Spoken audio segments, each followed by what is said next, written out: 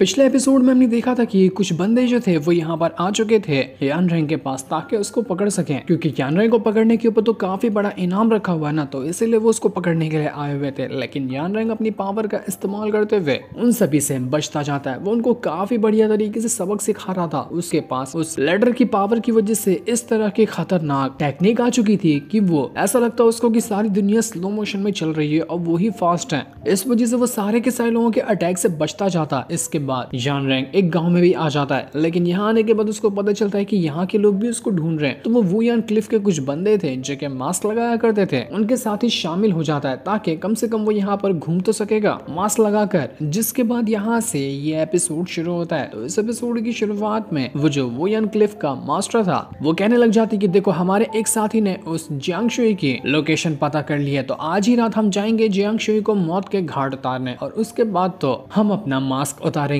क्योंकि आज के दिन हमारा इतना पुराना बदला पूरा होने वाला है। आज तो बहुत खुशी का मौका है, तो चलो फटाफट से यहाँ पर इस खुशी को सेलिब्रेट करने के लिए खाना वगैरह खाते हैं। तो यान रंग कहने लग जाते कि चलो कम से कम अब तो खाना मिला, इतने देर से भूख से मर रहा था मैं, लेकिन फाइनली कुछ खाने को मिलेगा। लेकिन जब वो खाना देखता है तो वो कुछ एक मामूली सा सूप था। उसे लग रहा था कि कुछ चिकन विकन खाने मिलेगा, लेकिन कुछ तो मिला ही नहीं। तो वो उसी सूप को स्ट्रॉ से पीने की कोशिश करता है जिस तरह से बाकी लोग भी पी रहे थे। लेकिन यान रंग को लगी थी बड़ी तेज भूख, तो स्ट्रॉ से उतना ज्यादा एक बार में जा नहीं रहा था। तो एक काम करता है, यान रंग अपना मास्क निकालता है और सीधा सीधा उठाकर ही पी जाता है पूरे सूप को। पर जैसे ही बाकियों की नजर उसके ऊपर जाती है वो लोग कहने लग जाते हैं कि इसने अपना मास्क निकालने की हिम्मत कैसे की। सबके सब लोगों ने यान रंग को यहाँ पर घेर लिया था। यान रंग भी हैरान कि ये क्या हो गया। तो वो लोग उससे कहने लग जाते हैं कि जो भी मास्क निकालेगा वो मरेगा। यहाँ पर मास्क निकालना बिल्कुल भी अलाउड नहीं है। वो जो क्लिफ लीडर था वो भी यहाँ पर आके कहने लग जाता है तुम्हारी हिम्मत कैसे हुई हमारे क्लिफ के रूल को तोड़ने की। तुम्हें पता है ना कि हमने क्या रूल बनाया था, जब तक जियांग शुई मरती नहीं है तब तक हमारा मास्क नहीं निकलेगा, और तुमने यहाँ पर अपना मास्क निकाल दिया। यान रंग काफी ज्यादा घबरा चुका था, लेकिन उसके लिए ये बात अच्छी थी कि उन लोगों ने उसे पहचाना नहीं कि ये वही इंसान है जिसके ऊपर इतना बड़ा इनाम लगा हुआ है, वरना तो वो यान रंग को यहाँ पर छोड़ते ही नहीं।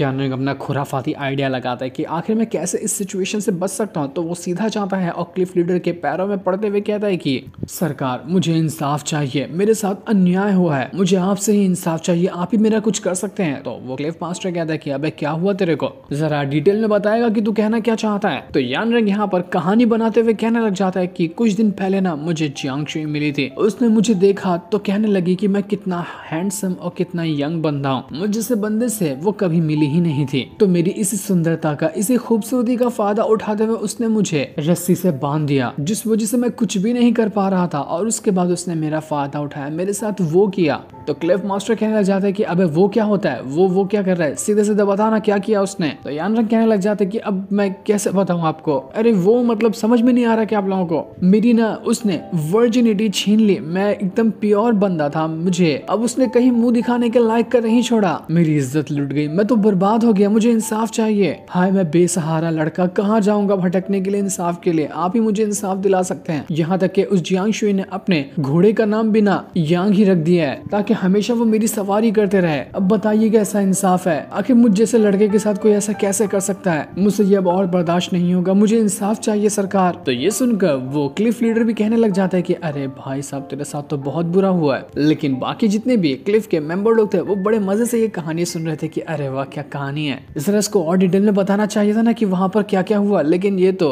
बता ही नहीं रहा। वो जो क्लिफ लीडर था वो यहाँ पर एक खास तरह का पॉइजन यान रंग को देते हुए कहते कि देखो इस पॉइजन के अंदर ना कोई कलर वगैरह नहीं है, तो तुम किसी भी चीज में मिला दोगे ना किसी को पता ही नहीं चलेगा, ये पॉइजन लो और जाकर दे देना उस जियांग शुई को, अगर वो तुमसे दोबारा मिलती है तो पॉइजन लेते साथ ही वो बिल्कुल किसी काम की नहीं रह जाएगी, उसके हाथ पैर नहीं चलेंगे, और उसके बाद जो उसने तुम्हारी इज्जत लूटी है तुम उसकी लूट लेना। तो ये सुनकर जितने भी बाकी क्लिफ के मेंबर लोग थे वो लोग अपने सरकार से कहने लग जाते कि लीडर मुझे ये अपॉर्चुनिटी दीजिए ना, मैं चाहता हूँ ये काम करने के लिए, ये मिशन मुझसे हो पाएगा, ये तो यान रहे कोई बाहर का बंदा लगता है, इसको मत दीजिए ये काम, ऐसा मजेदार काम मुझे ही मिलना चाहिए, मैं तो आपका वफादार भी हूँ ना, मुझे मौका चाहिए। पर यान रंग तुरंत वो पॉइजन को लेते हुए कहता है कि नहीं सरकार मैं ये काम कर दूंगा, मैं उस जियांग शुई को सबक सिखा कर आऊंगा, उसकी जान लेकर आऊंगा मैं, ताकि आपको खुश कर सकूं। सभी बाकी लोगों का मुंह लटक जाता है कि यार इतनी अच्छी अपॉर्चुनिटी हमारे हाथ से चली गई, काश हमें ये मौका मिला होता जियांग शुई को ये पॉइजन पिलाने का, तो हमारी तो मजे हो जाती। वहीं दूर खड़े हम उस शियाओ को देख पाते हैं जो कि असल में बाउंटी हंटर है, और ये भी यान रंग के पीछे ही पड़ा हुआ था। वो दूर से ही यान रंग को देख रहा होता है। इसके बाद वो एक दूसरे बंदे के पास आता है जिसका नाम था फैंग। शियाओ यहाँ पर आने के बाद कह रहा था कि मैं जब से सोच रहा था कि आखिर मुझे इस काम के लिए इतनी बड़ी कीमत क्यों दी जा रही है, ऐसा कौन सा बंदा है जो मुझे इस यानरंग को प्रोटेक्ट करने के लिए इतने सारे पैसे देने को तैयार है। तो अब मुझे पता चला कि तुम तो एक लेजेंडरी स्वॉर्ड मास्टर हो जिसका नाम फैंग है, लेकिन आखिर तुम मुझे बताओगे कि आखिर तुम इस यानरंग को प्रोटेक्ट क्यों करना चाहते हो, बल्कि इसको मारने पे ही इतने सारे पैसे मिलेंगे, पर तुम हो कि तुम मुझे इतने पैसे देने को तैयार हो इसको प्रोटेक्ट करने के लिए।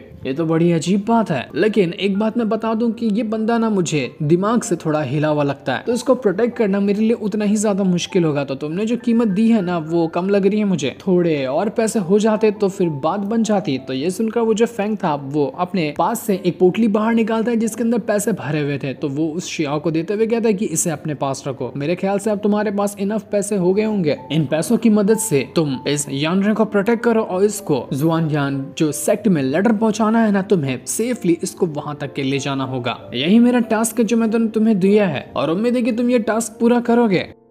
तो शियाओ कहने लग जाता है कि आपका टास्क तो बड़ा कमाल का है, लेकिन क्या आप मुझे बता सकते हैं अभी भी कि आप इस यानरंग को प्रोटेक्ट क्यों करना चाहते हैं, क्या रिश्ता है आपका इससे। तो वो कहने लग जाता है फैंग की इससे तुम्हें मतलब नहीं है, गड़े मुर्दे निकाल करना बाहर कोई मतलब नहीं है, जो तुम्हें काम दिया गया है उससे मतलब रखो और काम पूरा हो जाए तो मुझे बता देना। इतना कहने के बाद वो जो फैंग था वो वहां से चला जाता है, लेकिन ये था कौन, कहाँ से आया था, इसके बारे में अभी उतनी ज्यादा जानकारी हमें नहीं दी जाती। जिसके बाद हम यानरंग को देखते हैं, वो एक होटल के पास आ चुका था। यहीं पर जियांग शुई जो थी वो आकर रुकी हुई थी। यहाँ पर आने के बाद यानरंग सोच रहा था कि अरे उस लीडर ने तो मेरे साथ 2 नमूनों को भी भेज दिया, अब ये लोग मेरे साथ रहेंगे तो मैं अपना प्लान कैसे चल पाऊंगा। तो वो उन दोनों नमूनों से कहता है कि तुम लोग यहीं पे रुको, मैं अभी आता हूँ थोड़ा देर में, 2 मिनट का काम है, 2 मिनट में मेरा हो जाएगा। तो वो लोग कहते हैं कि ठीक है जा जल्दी से आ जाना। जिसके बाद हम जियांग शुई को देखते हैं, वो इसी होटल के कमरे के अंदर अपना नहा रही थी।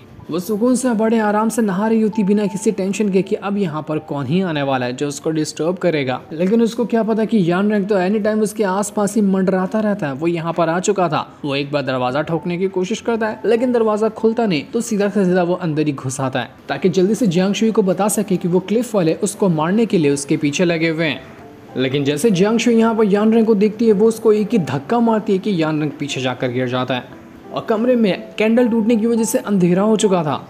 यानरंग को समझ नहीं आता कि अचानक में क्या हो गया, किसने मुझे धक्का मारा। तो वो जैसे ही आगे बढ़ रहा था वो सीधा जियांग शुई के कहीं और ही छूने लग जाता है। जो देखकर तो जियांग शुई को बहुत ज्यादा गुस्सा आया था। वो गुस्से में यहाँ पर सीधा यानरंग के ऊपर अटैक करना शुरू कर देती कि तेरी हिम्मत कैसे हुई यहाँ पर आने की, तू मुझ पर नजर रखता है क्या, जब भी गलत टाइम होता है तभी आकर टपक जाता है। तो यानरंग यहाँ पर खुद को बचाते हुए कह रहा था कि अरे मेरी बात तो सुनो, ये सब करने की जरूरत नहीं है, मुझे माफ करो, मुझे छोड़ दो। तो ये आवाज सुनकर बाहर जो खड़े वो क्लिफ के 2 मेंबर थे, वो लोग कहने लग जाते कि अरे यार हमारी फूटी किस्मत, देखो ऊपर अभी वापस से कांड चालू हो गया, कितना खतरनाक कर रहे हैं कि पूरे मोहल्ले में आवाज जा रही है। काश सरकार ने मुझे ये मौका दिया होता तो कितनी अच्छी बात हो जाती, हमारी तो फूटी किस्मत है। इसके बाद यानरंग जो था वो यहाँ पर सीधा सीधा पहुंच जाता है उसी क्लिफ के लीडर के पास और उसको जियांग शुई की स्वॉर्ड देते हुए कहता है कि देखिए सरकार, मैंने जियांग शुई को मार दिया और उसकी स्वॉर्ड मैं यहाँ पर लेकर आ चुका हूँ। ये स्वॉर्ड कभी भी वो अपने से अलग करती ही नहीं है, तो इस स्वॉर्ड का मतलब है कि जियांग शुई अब इस दुनिया में नहीं रही। तो ये सुनकर वो लीडर जो था वो कहने लग जाता है कि शाबाश मेरे शेर, कमाल ही कर दिया यार तूने, तो मुझे नहीं लगा था कि इतना आसानी से तू ये काम कर देगा, तेरे लिए तो आज पार्टी होगी। चलो मेरे साथियों जश्न मनाओ, आज हम समारोह की तैयारी करते हैं, वो भी हमारे नए भाई ब्रदर यांग के लिए। तो इसके बाद सारे के सारे लोग वहाँ पर ढेर सारी शराब को बनाकर उसे पीना शुरू कर देते हैं। सभी एक साथ चीयर्स करते हुए शराब पीने ही क्या वाले थे। वो लीडर जैसे पीने लग जाता है कि सारे के सारे जो बंदे थे उसके क्लिफ के वो सब एक टाइम के अंदर ही मारे जाते हैं। लीडर को देखकर सदमा ही लग चुका था कि इसकी भैंस की टांग यहाँ पर हुआ क्या, सब के सब मेरे साथ ही एक साथ कैसे मर गए, लेकिन इस यानरंग को देखो ये अभी भी जिंदा है। इसके बाद वहाँ पर जियांग शुई भी आकर पहुंच जाती है कि देखकर वो लीडर घबरा चुका था कि इसका मतलब ये यानरंग और जियांग शुई दोनों आपस में मिले हुए थे और इन लोगों ने ही मिलकर हमारे पूरे क्लिफ के मेंबर्स की जान ले ली। मैंने तो उसके पर भरोसा किया था ना। जिसके बाद हमें कुछ टाइम पहले का सीन दिखाया जाता है जहाँ पर जब यानरंग जियांग शुई के पास आया था ना, तो उसने उसको सारी बात बता दी थी कि वो क्लिफ वाले तुम्हें मारना चाहते हैं। उन्होंने ये खास तरह का पॉइजन दिया है जिसकी मदद से वो तुम्हारी जान लेने वाले थे। तो ये सुनकर जियांग शुई कहने लग जाती है कि वो यान क्लिफ के बंदे इतने घटिया लोग हैं ना, उनकी कोई हद नहीं है। हमारे सेक्ट वालों ने एक बार क्या उनके मास्टर को हरा दिया, तब से वो पागल बने फिर हैं। आधे हमारे डिसाइपल को परेशान करते हैं, आज तो उन लोगों ने हद पार कर दी कि मेरी ही जान लेने की कोशिश कर रहे थे, तो उनको यहाँ पर सबक सिखाना ही पड़ेगा। वो गुस्से में जा रही थी एक साथ ही उन क्लिफ वालों के साथ फाइट करने के लिए, लेकिन यानरेंग उससे कहता है कि नहीं रुक जाओ, एक बढ़िया सा प्लान बनाकर जाते हैं तो उनके पास बचने का कोई चांस ही नहीं होगा। तो इसके बाद यानरेंग ने उसी प्लान के मुताबिक जियांग शुई की स्वॉर्ड को यहाँ पर लेकर आया था। वो यानरेंग जो था वो यहाँ उस क्लिफ के लीडर को बता रहा होता है कि जरा देखो तो अपने इस पॉइजन को पहचानते हो ना, मैंने यही पॉइजन तुम्हारे साथियों को पिला दिया। उम्मीद है कि वो अब उठने बैठने की ताकत नहीं रखते होंगे या फिर शायद हो सकता है कि मर गए होंगे। वो क्लिफ लीडर कहने लग जाता है कि तूने आखिर ऐसा क्यों किया, मैं तेरे ऊपर कितना भरोसा किया था, तुझे अपना खास बंदा बनाने वाला था, पर नहीं, तूने सब कुछ बर्बाद कर दिया, आखिर ऐसा क्यों किया। तो यानरेंग उससे कहने लग जाता है कि कुछ नहीं यार, मजा आया करने में तो इसलिए कर दिया। कभी अपनी मेडिसिन को खुद से टेस्ट करने में कैसा टेस्ट मिलता है इसको महसूस किया है, लगता है तुझे आज ये महसूस हो गया होगा कि तेरे पॉइजन से तेरे ही बंदों की जान चली गई। अब मोटू तेरा भी नंबर है, तेरी भी बारी आने वाली है। जियांग शुई कहती है यानरेंग से कि क्यों इतना टाइम पास कर रहे हो यहाँ पर बातें करके सीधा एक साथ ही जाते हैं और इस मोटू को काट कर पतला कर देते हैं ना। इसके बाद तो जियांग शुई सीधा मोटू के पास आती है और उससे फाइट करने लग गई थी। वो मोटू जो क्लिफ लीडर था वो भी अपनी स्वॉर्ड की मदद से जियांग शुई के साथ फाइट करता है। इन दोनों की फाइट यहाँ पर काफी ज्यादा जबरदस्त चल रही थी। वो दोनों एक दूसरे के ऊपर एक के बाद एक करते हुए अटैक किए जा रहे थे। जियांग शुई तो यहाँ पर बहुत ज्यादा भड़की हुई थी, तो वो यहाँ पर रुकने को तैयार ही नहीं, लेकिन वो क्लिफ लीडर भी अपनी पूरे के पूरे क्लिफ के मेंबर की लाशें देखकर भड़का हुआ था, तो इस वजह से वो पूरे खतरनाक से खतरनाक अटैक उनके ऊपर कर रहा होता है। जब जियांग शुई थोड़ी सी कमजोर होते हुए नजर आ रही थी तो यानरेंग तुरंत ही यहाँ पर आता है और अपनी स्वॉर्ड की मदद से उसके ऊपर अटैक करने वाला था, लेकिन उसके स्वॉर्ड की पावर एक्टिवेट भी नहीं हुई थी कि वो सीधा क्लिफ का लीडर उसको उठाकर दूर फेंक देता है, जिस वजह से यानरेंग की हालत खराब हो चुकी थी। लेकिन अब यहाँ पर जियांग शुई जो थी वो खुद यहाँ पर अपनी पावर का इस्तेमाल करते हुए उस मोटू के साथ लड़ने लग जाती है, पर मोटू तो यहाँ पर हार मानने को तैयार नहीं। वो अपनी थंडर पावर का इस्तेमाल करते हुए एक से बढ़कर एक अटैक जियांग शुई और यानरेंग के ऊपर करता जा रहा था, पर तब तक के यहाँ पर यानरेंग ने अपनी स्वॉर्ड की पावर को एक्टिवेट कर लिया था। और जैसे स्वॉर्ड की पावर एक्टिवेट होती है उसके बाद तो उसको रोकने वाला कोई है ही नहीं। वो एक के बाद एक करते हुए मोटू के ऊपर इतने अटैक देकर मारता है कि मोटू की हालत खराब होने लग गई थी। मोटू कई सारे अटैक को रोकने की कोशिश करता है क्योंकि असल में वो भी बहुत ज्यादा पावरफुल नजर आ रहा था और भड़का हुआ भी था, तो वो काफी हद तक के अटैक्स को रोकने में कामयाब भी हो जाता है। और फिर भी यानरेंग ने मार कर उसका अंचर पंचर ढीला कर दिया था। जियांग शुई कहने लग जाती कि यानरेंग तो सच में काफी ज्यादा इंप्रूव कर चुका है पिछले कुछ दिनों में। जब पहली बार इस स्वॉर्ड की पावर एक्टिवेट हुई थी तो ये उसको हैंडल भी नहीं कर पाता था, और अब तो देखो कितना अच्छे से ये स्वॉर्ड को चला लेता है, बड़ी कमाल की बात है। जिसके बाद यानरेंग अपनी पावर का इस्तेमाल करते हुए ऐसा पूरी स्वॉर्ड को उस मोटू के पीछे घुसेड़ देता है कि मोटू यहाँ पर अपने प्राण त्याग चुका था। यानरेंग जो था वो यहाँ पर जियांग शुई से कहने लग जाता है कि आज तक के तुमने कई बार मुझे प्रोटेक्ट किया है ना, आज मेरी बारी थी तुम्हें प्रोटेक्ट करने की, इसलिए मैंने तुम्हें प्रोटेक्ट कर दिया। इसके बाद वो दोनों के दोनों वहां से उसी सेट की ओर बढ़ना शुरू कर देते हैं जहाँ पर यानरेंग को वो लेटर डिलीवर करना है। दूसरी तरफ हम उसी कमांडर लड़की को देखते हैं, वो यहाँ पर अपने साथी से बात कर रही थी कि मैंने बाकी सारे आसपास के जो सेक्ट वाले हैं ना उन सभी को लेटर भेज दिया है कि वो हमारा साथ दें। जो हमारा साथ देते हैं उनका बढ़िया तरीके से वेलकम है, और जो नहीं साथ देते हैं उनको तो मैं पर्सनली जाकर उनकी औकात दिखाने की कोशिश करूंगी। एक बार हमारे पास वो लेटर आ जाए ना तो उसके बाद हमारा सेक्ट इतना पावरफुल हो जाएगा कि आसपास के जो भी सेक्ट है वो हमारे सामने ऐसे ही झुकेंगे। लेकिन लेटर हासिल करने के लिए हमारे सबसे